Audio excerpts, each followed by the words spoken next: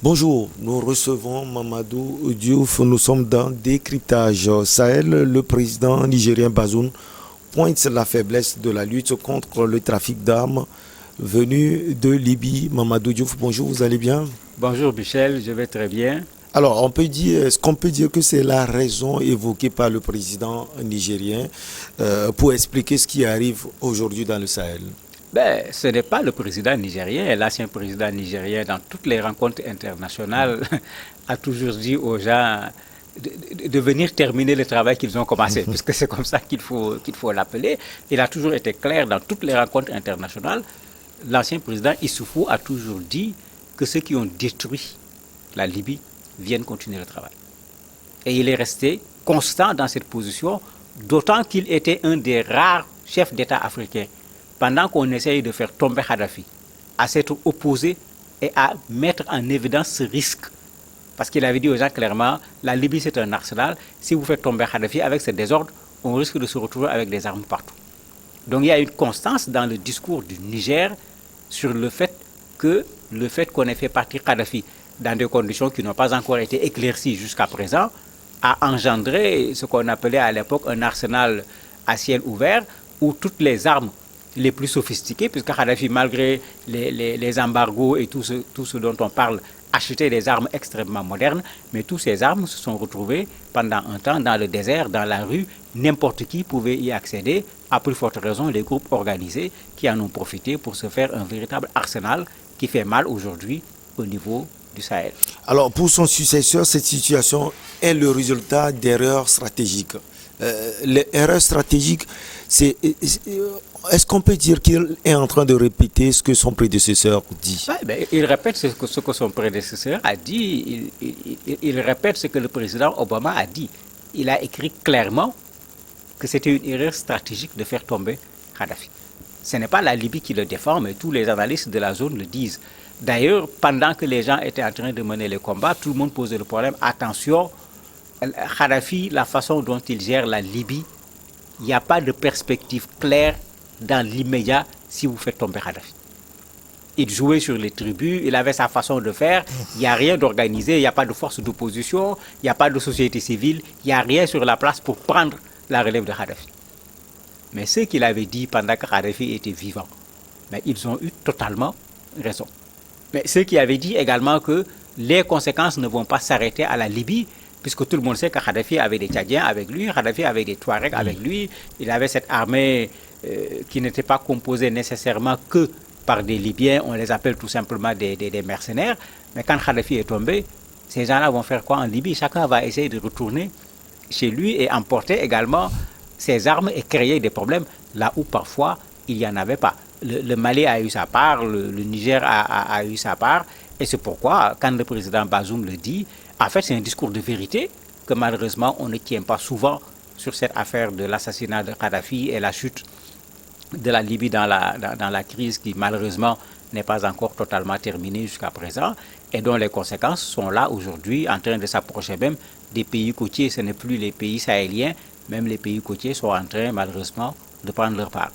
Alors, avant de parler de ceux qui ont détruit la Libye, est-ce qu'on ne peut pas aussi accuser les chefs d'État africains? Oui, le président Issoufou avait parlé de cela, l'ancien président sud-africain Jacob Zuma également, mais les autres, c'était un silence radio. Oui, mais c'est pas moi, je vais vous expliquer la géopolitique de notre continent. Nous, quand nous parlons, nous regardons d'abord dans une direction pour voir, sonder dans cette direction, quelle est la position. Ici, c'était difficile de regarder pour aller sonder, puisque les Américains étaient dedans, les Français étaient dedans, une bonne partie des pays européens étaient dans cette arnaque qui avait pour but de faire tomber Kadhafi, puisqu'il faut appeler les choses comme elles sont. Ils l'ont fait effectivement, mais malheureusement, c'est comme si on te vend une voiture ici et puis il n'y a pas de mécanos qui connaissent le système de la voiture, il n'y a pas de pièces de rechange. Après la chute, rien n'a été fait de façon concrète pour remettre la Libye sur les rails. Donc ici, la responsabilité, elle est claire. Tous les politologues, tous ceux qui travaillent sur les questions de sécurité dans la zone le disent clairement, en indexant en particulier le président Sarkozy, puisque c'est lui qui était au devant avec son philosophe qui l'a accompagné sur toute la ligne dans cette affaire concernant la Libye. Donc quand il le dit, il faut qu'on soit clair, c'est ça les faits. Maintenant, dans l'erreur stratégique, ce n'est pas seulement le fait d'avoir fait tomber Kadhafi, ce n'est pas seulement le fait de n'avoir pas prévu quelqu'un pour prendre la place de Kadhafi, mais c'est qu'après la chute, il n'y a eu rien du tout. Donc les armes ont pu aller très loin, très rapidement, alors qu'aucun travail n'avait été fait pour récupérer ces armes. Et des armes extrêmement modernes, puisque le président Bazoum le dit, il n'y a pas dans le monde une rébellion qui possède les armes qui sont à la disposition des rebelles qui sont au niveau du Sahel. Il a été très clair. Mais en ce moment, ça crée un autre problème.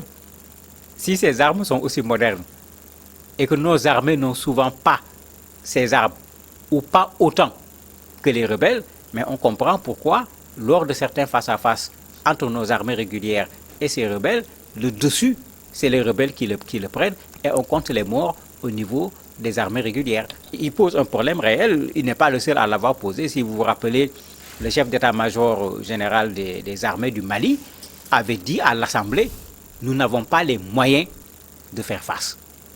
Il avait dit clairement devant l'Assemblée nationale du Mali, donnez-nous les moyens pour pouvoir faire face. Donc ce que le président nigérien dit, ce n'est pas une nouveauté. Il est venu le dire dans un cadre officiel à Dakar lors de la conférence sur la sécurité et la paix. C'est pourquoi cela a cet impact, mais c'est du déjà entendu, c'est du déjà connu également. Et pour ceux qui ont détruit la Libye, on se souvient, vous avez parlé de Kadhafi, il avait dit qu'il agit sous mandat de l'ONU, appuyé évidemment par l'ancien président Barack Obama. Aujourd'hui, l'ONU est là. Qu'est-ce qu'elle propose? L'ONU est en train de faire quand même un travail appréciable actuellement en Libye. Parce que pendant un temps, l'ONU avait disparu, l'Union européenne était incapable d'agir puisque la France, l'Allemagne, l'Italie n'avaient pas les mêmes positions par rapport à la situation libyenne. Mais l'ONU est en train de faire actuellement un travail appréciable qui rencontre des difficultés. Puisque la solution à la libyenne, en faisant en sorte que les Libyens se retrouvent, qu'ils mettent en place une feuille de route, cette solution est une solution de l'ONU. Elle devrait connaître normalement sa première partie qui va montrer que ça va réussir d'ici le 24 décembre. Si l'élection présidentielle est véritablement organisée, l'ONU aura fait un pas. Mais jusqu'à présent, on doute encore de la tenue des élections le 24, bien qu'on est très proche des élections. Il y a tellement de... Le pouvoir des clans est encore là. Certains disent, toi tu ne seras pas candidat, lui il sera candidat, alors qu'ils ne sont ni commission électorale, ni, je ne sais pas moi, structure juridique devant se prononcer sur la validité de la candidature ou pas. Certains commencent même à dire, certains chefs traditionnels à dire à leur population, si tel est candidat, il faut boycotter les élections. Ben, l'ONU est en train de faire quelque chose, mais c'est un peu le médecin après la mort. Et là, c'est au niveau strictement de la Libye, sur la prolifération des armes dans le Sahel. Est-ce que l'ONU apporte également une solution? Oui, sur la prolifération des armes, il y avait déjà un combat qui se menait avant même la chute du président Kadhafi.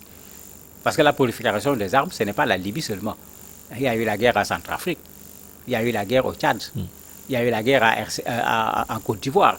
Mais toutes ces guerres ont fait en sorte que des armes se sont retrouvées entre les mains de gens qui n'étaient pas des gens d'armes. Parce que tout le monde ne doit pas porter des armes. Et ça a fait qu'il y avait déjà sur place une politique à l'échelle régionale qui avait pour but de traquer un peu ce commerce de ces armes légères, puisque c'est comme ça qu'on les appelait à l'époque. Vous avez des commissions ici au Togo, comme dans d'autres pays qui travaillent dans ce sens. Mais quand la Libye est tombée, on a continué à faire ce même travail alors qu'il y avait un autre enjeu beaucoup plus important qui était là, puisque comme l'a dit le président Bazoum, Kadhafi, ce n'était pas des armes légères qu'on a mis sur le marché, c'était de véritables armes de guerre qu'on a mis sur le marché et à petit prix. Parce que ça aussi c'est à préciser, à petit prix, ce qui a permis à des individus, à des groupes de pouvoir avoir un arsenal qui, en principe, ne devrait pas se retrouver entre leurs mains. Alors, le problème dans le Sahel aussi, Mamadou, ce n'est pas cette guerre asymétrique où visiblement on voit les forces armées qui ne maîtrisent pas ou bien qui ne sont pas formées pour cette guerre. Oui, les rebelles, comme on le dit partout, ont une avance sur nos armées. cette avance est en train d'être comblée. Vous avez les Américains, vous avez les Français, vous avez les Allemands qui viennent organiser des formations avec nos armées ou parfois même des formations où on regroupe des militaires provenant de plusieurs pays. D'ailleurs, nos colonels actuels, Doumbouya, tout comme celui du Mali, ont bénéficié de ces formations qui avaient pour but de mettre à jour nos armées par rapport à cette guerre qu'on appelle une guerre asymétrique. Il est vrai que sur ce plan-là, on a un retard, mais le retard est en train d'être comblé. L'autre élément, et Bazoum l'a dit, c'est le matériel. Le matériel n'est pas suffisant pour faire face à la menace. Un troisième élément qu'il a cité, et c'est du vrai, c'est le renseignement. Le partage de renseignements ne se fait pas comme cela devrait se faire, puisque si ce sont nos soldats qui doivent être au devant, ce sont nos soldats qui doivent aller en face de ces rebelles, il faut qu'on puisse leur donner la bonne information et qu'on leur donne l'information à temps pour qu'ils puissent s'organiser en conséquence. Alors que nous ne maîtrisons pas parfaitement cette question du renseignement dans la zone, c'est plutôt entre les mains d'autres avec qui nos armées collaborent et ça fait que la riposte n'est pas toujours à la hauteur de ce que les populations souhaitent. Depuis quelque temps, on voit les sorties du président nigérien Bazoum sur la question de sécurité au Sahel. Pour vous, il est aujourd'hui le fil d'Ariane contre l'insécurité dans le Sahel. Il continue le combat de l'ancien président. Regardez tout ce que le président Issoufou a fait sur la mise en place du G5 Sahel, la pression qu'il a créée sur la communauté internationale pour financer le G5 Sahel, sa pression sur les Nations Unies pour que les soldats du G5 Sahel soient pris en charge comme étant des soldats des Nations Unies, des casques bleus. C'est vrai qu'il n'a pas réussi ce combat. Mais aujourd'hui, tout le monde se rend compte qu'il avait raison. Tout le monde se rend compte qu'il avait raison parce que le G5 Sahel a été mis sur pied, mais les éléments d'accompagnement n'ont pas suivi. Et parce que ces éléments n'ont pas suivi, le G5 n'a jamais été opérationnel comme il devait l'être. L'autre élément qui est là, qui pose problème, au niveau de l'Union africaine, on parle depuis longtemps de cette force d'intervention rapide qui devrait être une force de 25 000 hommes. Moi, je suis pour cette solution-là. Il faut dépasser aujourd'hui les G5 Sahel parce qu'il ne faut pas laisser tout le temps ces groupes être en avance sur nous. Ils sont en train de vouloir frapper, ils sont en train de frapper au Bénin, ils sont en train de vouloir frapper au Togo, ils ont frappé en Côte d'Ivoire, ils menacent le Sénégal. Ces pays font partie du Sahel. Mais il faut arrêter de parler des G5 Sahel. C'est cette force d'intervention rapide de 25 000 hommes, très bien formés. C'est de ça qu'on a besoin aujourd'hui. Pour que quand il y a un problème au Mali, quand ces gens-là descendent au Mali, avant même leur arrivée, que les forces qui sont sur place sachent qui va venir et d'étal même, pour ne pas les affronter. Mais elle est là, on en parle, elle n'est pas mise sur place de façon réelle, elle n'est pas opérationnelle. Je crois qu'aujourd'hui, c'est ce qu'il faut faire. Il y a des problèmes au Mali, il y a des problèmes au Nigeria, on a vu commencer à avoir des problèmes également au Mozambique. Il ne faut plus parler du Sahel, le problème a dépassé le Sahel depuis longtemps. Il faut le financement, la formation, comme vous l'aviez dit, où trouver les moyens? Mais qu'on commence par nous-mêmes, que chaque État accepte de donner le peu qu'il a avant d'aller vers d'autres partenaires pour leur demander d'apporter leur aide. Parce qu'il ne faut pas qu'on oublie que ce qu'on appelle terrorisme de façon générale n'est pas propre à l'espace africain. Et d'ailleurs, l'ONU est là dans un combat qu'on veut, un combat global contre le terrorisme. Si c'est vrai, pour les autres pays, on y met les moyens, mais il faut que ça soit vrai également pour les pays africains, que l'ONU accepte de mettre les moyens pour que les Africains soient en mesure, au niveau de leurs espaces, de pouvoir avoir ce qu'il faut pour lutter contre le terrorisme. Donc c'est aux Africains de commencer d'abord par donner. Mais bien sûr, il est clair que la défense d'un territoire revient d'abord aux forces de défense et de sécurité de ce territoire. On est en face de gens qui traversent les frontières. Vouloir se battre à partir d'un territoire n'a plus de sens. Il faut une collaboration entre tous ces territoires qui sont traversés par ces gens et même les territoires où ils veulent s'installer. Cela a commencé et on a vu les résultats tout dernièrement quand le Togo, le Bénin, le Burkina, un certain nombre de pays ont déclenché en même temps une opération contre ces groupes armés. On a vu le résultat. Il est important qu'on continue dans ce sens, que chaque pays s'y mette, qu'il y ait une collaboration entre les pays et que l'Union africaine fasse tout pour que cette force d'intervention rapide soit opérationnelle et qu'elle descende sur le terrain pour qu'aujourd'hui la peur change de camp. Merci beaucoup à vous, Mamadou Diouf. On marque la petite pause et derrière, on reçoit l'invité du jour.